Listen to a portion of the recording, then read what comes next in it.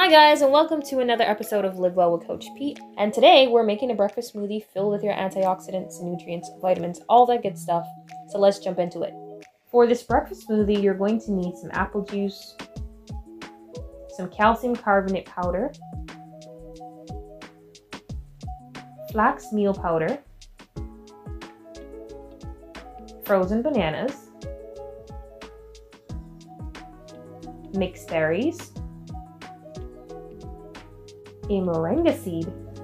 If you guys don't have moringa seed on hand, you can actually use moringa powder instead.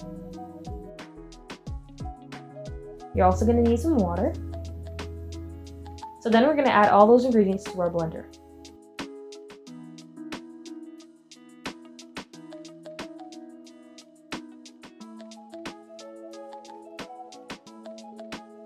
And then we blend everything until everything is all well combined and smooth. So once it's done, guys, you can go ahead and pour it into your favorite glass.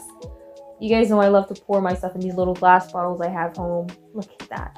So nice and luscious and tasty. So guys, definitely give this a try. Thank you guys so much for watching today's video.